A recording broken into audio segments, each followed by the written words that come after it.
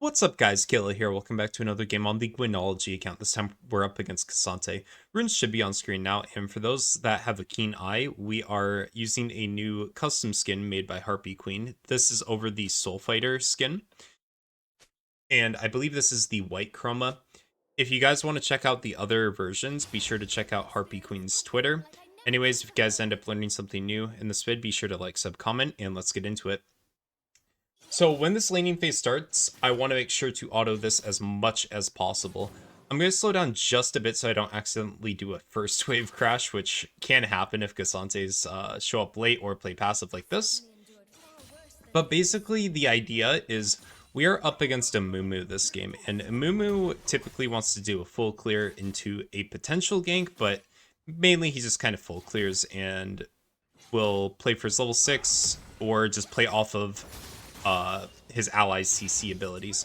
Now, Cassante, he has his W, he has his 3-stack Q. He wants to play off this CC. So I'm going to push this in as fast as possible because Amumu just cannot be here yet. It is 2 minutes, 22 seconds, and the wave is already under his tower. I'm going to go into Fog of War here to try to fake that I placed my ward down, but it's just too early for me to waste that resource.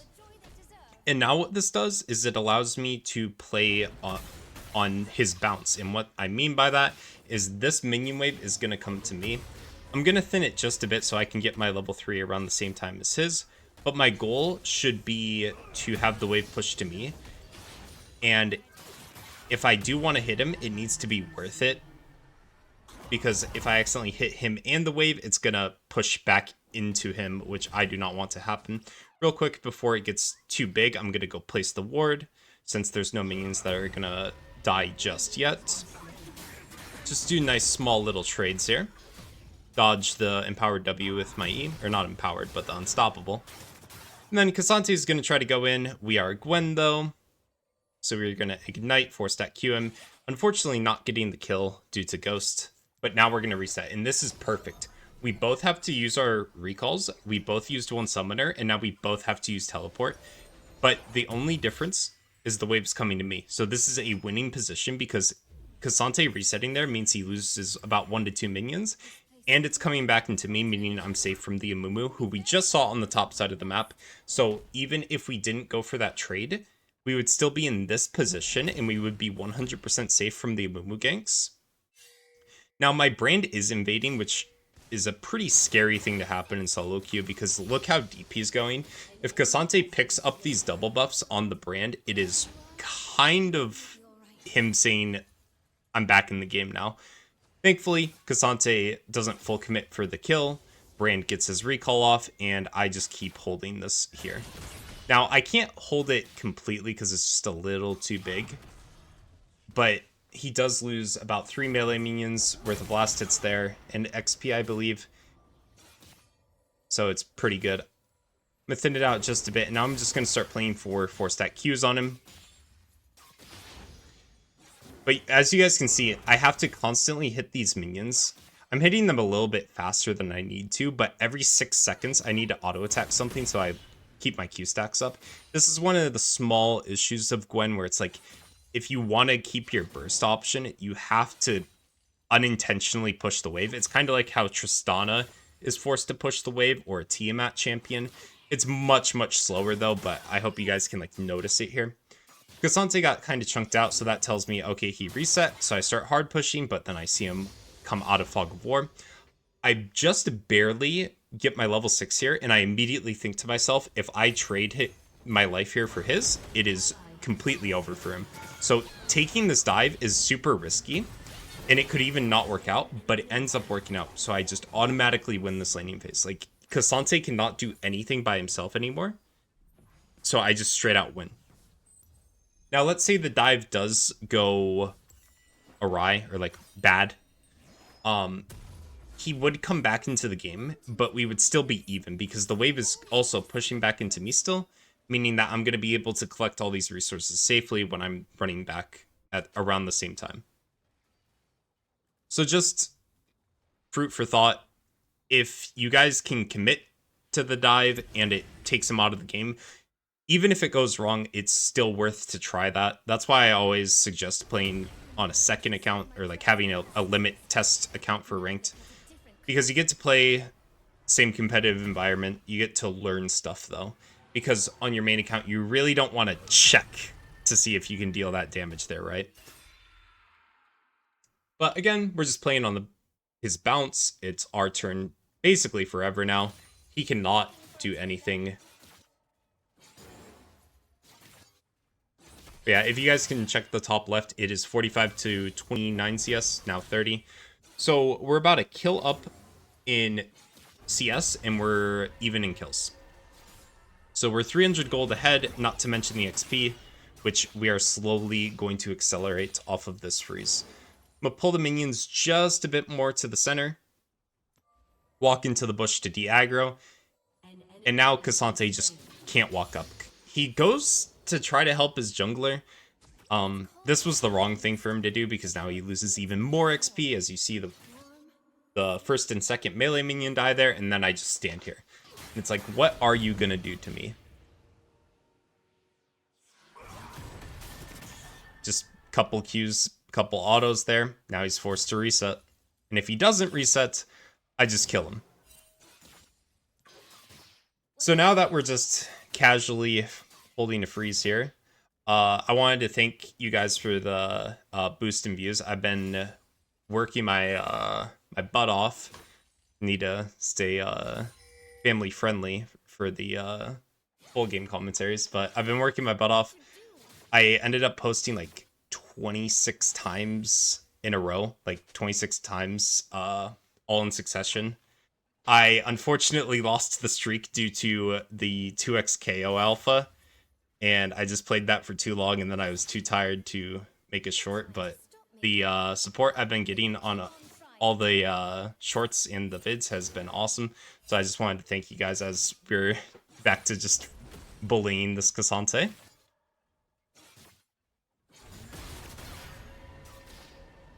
Every time Cassante Qs, you want to be sure to attempt a Q press on him, because he locks himself into place early game.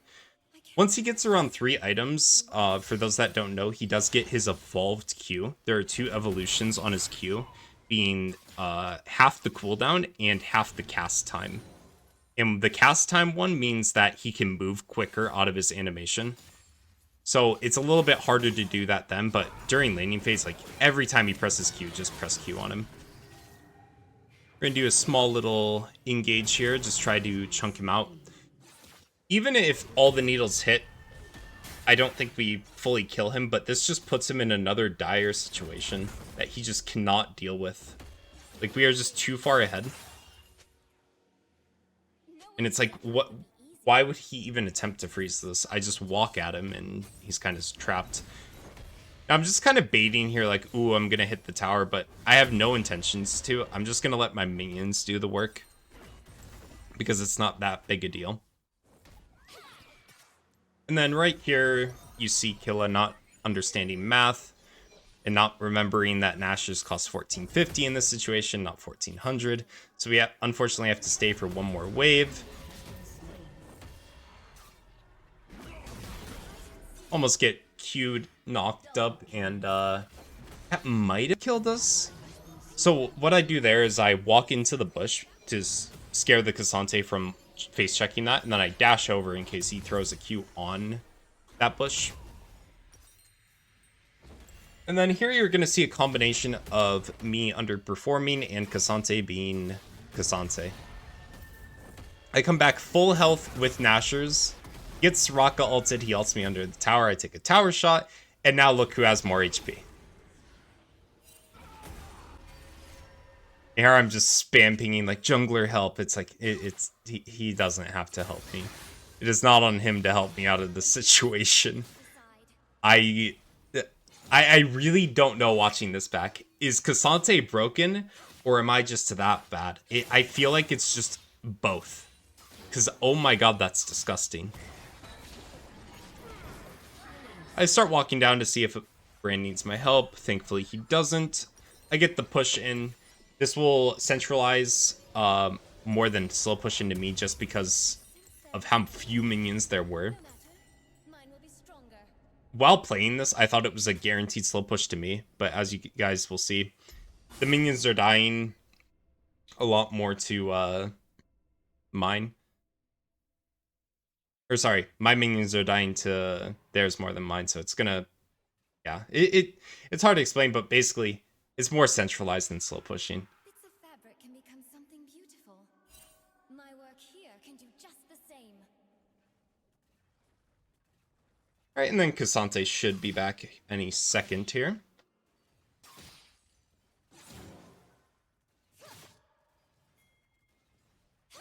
Also, I would like to retract my statement. That is 100% a slow push to me. I am just misremembering. Maybe it happened a second time, but yeah, maybe I just don't know wave states as well as I thought I did. But repeat the process every time he walks up. QE him. If he presses Q on you, press Q on him. And we just keep riding this level lead. Like, look at his items. He has 117 MR. For those that are on your phones and can't see. And I have 126 AP. And I'm still just able to absolutely chunk him. Kills me again.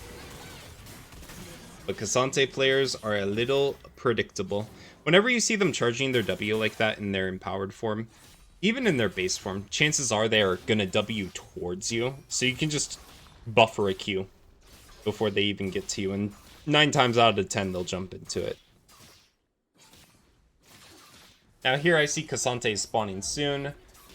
I end up thinking, oh hey, I can proxy this, but I didn't pan my camera over to my minions to realize that this was a cannon wave. So this was illegal to do. You are never allowed to proxy on cannon waves unless you are champions like, honestly, just Scion. Like, it's just too much time and it's just too illegal. Like, you need to have a massive lead to be allowed to proxy a cannon wave, or you have to be in a ridiculous matchup. And if Cassante Gwen isn't a strong enough matchup, I can't think of most if any top laners that actually could do a proxy on cannon wave. Like, it's just purely disrespectful. And here you guys are gonna see the ego. So I see this fight happening and I think, okay, Jin should be able to safely just get out. I see him nickel and diming them, thinking, oh wait, he might, you know, do something. We're just gonna keep walking back. And you guys are just about to see on this minimap here how long this fight is going. It's ridiculous. Oh wait, no, I'm misremembering. Well, you guys have a pretty good idea of what I'm about to do in the next few minutes. It is not good. Let me tell you guys that. Again, just more EQs on the Cassante. I don't care about him holding that one minion because it literally does nothing. So in the meantime, I'm just going to hit the Scuttle Crab because my one caster minion is not going to kill anything on this upcoming wave, and I will be back before these waves even touch. As you guys will see, waves just touch, I'm already back. Got to be careful of Cassante kidnapping me under the tower, but at this point, he is just gone. W to just save a little bit of HP.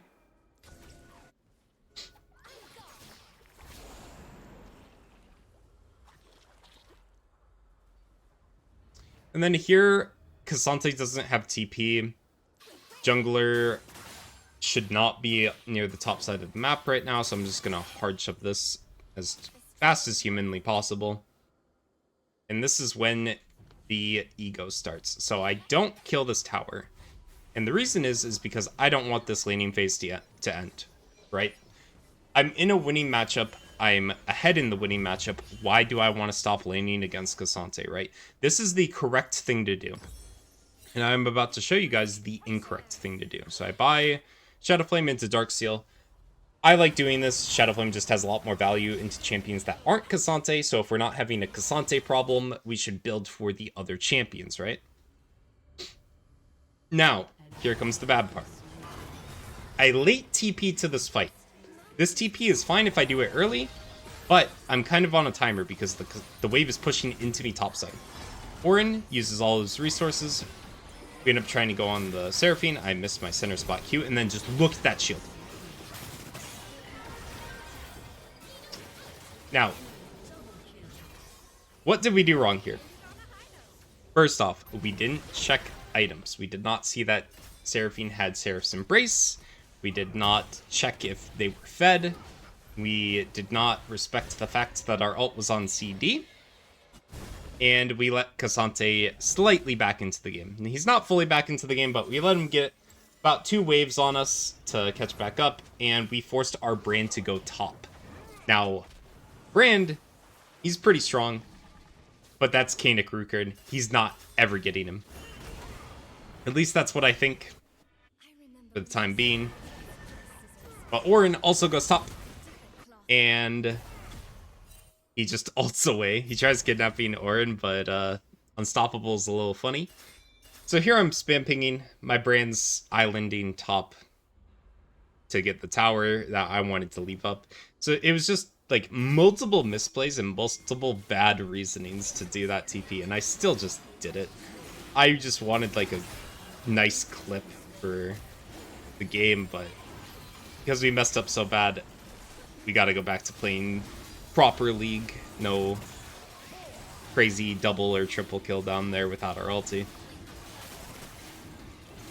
End up getting the dragon without our Brand. We end up getting rid of the Amumu, which basically guarantees it for us because we have 4th shot Jhin. Now, so even though he didn't use the 4th shot to get it, just the threat of him having it scares the enemies away. So we're going to go back to top because we still want to accelerate ourselves against him. Like, playing against Cassante in the side lane is good for me, and it's also good for my team because we have a Jhin Sivir, and those are fairly immobile champions. Sivir not as much as Jhin, but they don't want to really see Cassante on their screen. I'm just typing in my Brand to throw the Rift Herald mid because the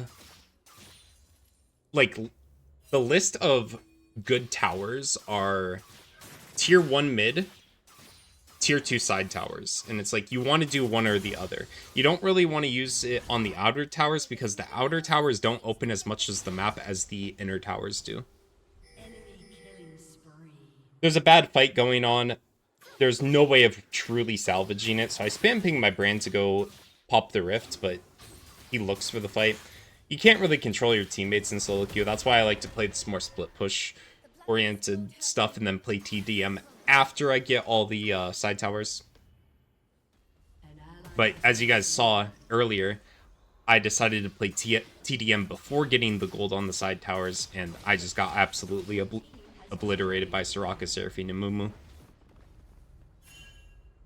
Just gonna back ping my Brand there. I see the Mumu walking up.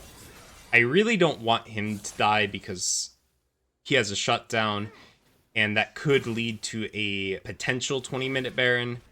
I don't know if the enemy team could really do it, but why even give them the opportunity, right? I'm just hovering here because if Brand's not going to move, I'm at least going to try to salvage the play if they do go for him, because in my head, it's just Yasuo Amumu there. So I think we can confidently win the 2v2. Brand's going to end up rifting these tier 2 mid. It's not as valuable as tier 1. Like, tier 1 is just the most OP tower in the game. And then after that, it's the tier 2 side towers. Tier 2 side towers because it gives so much gold. And tier 1 mid tower just because it opens so much of the map. Like, you get access to both sides of the enemy jungle in one tower tick. It's just so good. Here Amumu is going to try to chase me down. I end up accidentally dodging into his bandage toss. So now I'm just kind of forced to fight. I can never escape here truly, so at most just take the 1-for-1. I call that good enough considering I'm sitting on 2.3k gold. This is something I kind of like to do too. Kind of like tell my team, hey, look, I died on this much gold. Just imagine how much damage I'm going to be doing with it. So it's like, please don't FF, guys. I know Seraphine Rock is really annoying.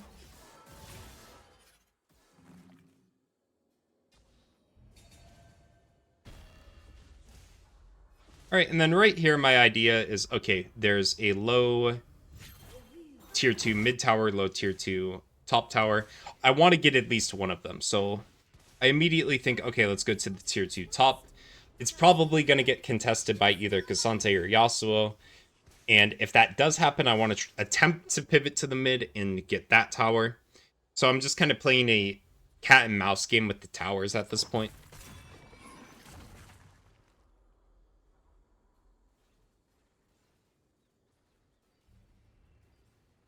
If only she were here to We see Cassante bot, and then we saw, I believe, Seraphine and Soraka mid. So this tells me Yasuo will be here.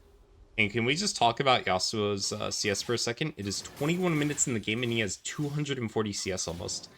That is a freakish amount of CS in a, I believe this is like an Emerald 3 game. Like mid-Emerald. Like, this guy is CSing phenomenally. Like, it's crazy good. I don't know how he did that against a Sivir, but it's just insane to me. Because Sivir only has 200, right? So he got 50 farm up on a range matchup where he's more often than not just stuck under tower. There's some fighting going on near the dragon. I see Cassante down there. I see Yasuo up here. The second I see Yasuo is stuck up here with me, that tells me, okay, let's go pivot. So that way I don't need to use my TP. And if Yasuo expends his, that's a TP advantage. I can use that in the next few minutes for later. For a later tower. Brains ends up securing the dragon. And then getting the Amumu. I want to attempt to get this tower. We end up finding the Seraphine, though. And just look at how much she tanked. Yes, we get her. But the amount of resources we had to commit to deplete her health bar is genuinely insane for how squishy of a champion Seraphine is. My brand pings for the Baron. I really like this call. Like, this is an amazing call from the brand. Because only Yasuo can theoretically be here. Soraka can't walk up. Cassante's bot. I'm just gonna jump over with the Blast Cone, collect the wave that we would have missed. And this is how you can accelerate leads. I'm assuming that Yasuo is just a god at doing this. Just always think of the next spot you can get gold from. And if you consistently do that, you're consistently going to get ahead of your opponent economy-wise. And if you're ahead economy-wise, typically you're going to win more fights. You're not going to win every fight, because sometimes, you know, the enemy's going to have like 10 kills on you, or the opponents are going to have a numbers advantage. But you're going to increase your odds of winning certain fights, like, exponentially, if you just constantly accelerate yourself gold-wise. Speaking of that, look, Yasuo had, what, 275 farm at 24 minutes? I hope I hold tab here in a second. Just trying to pan my camera over, see if they need me to TP.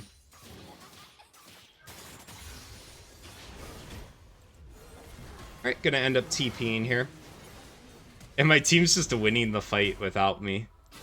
I end up finding the Yasuo and the Raka. I'm going to try to go for the Soraka because I don't want her to heal the Yasuo. And then I find the Yasuo, almost get him. He Q flashes away. He gets Soraka healed. Alright, there goes my fun.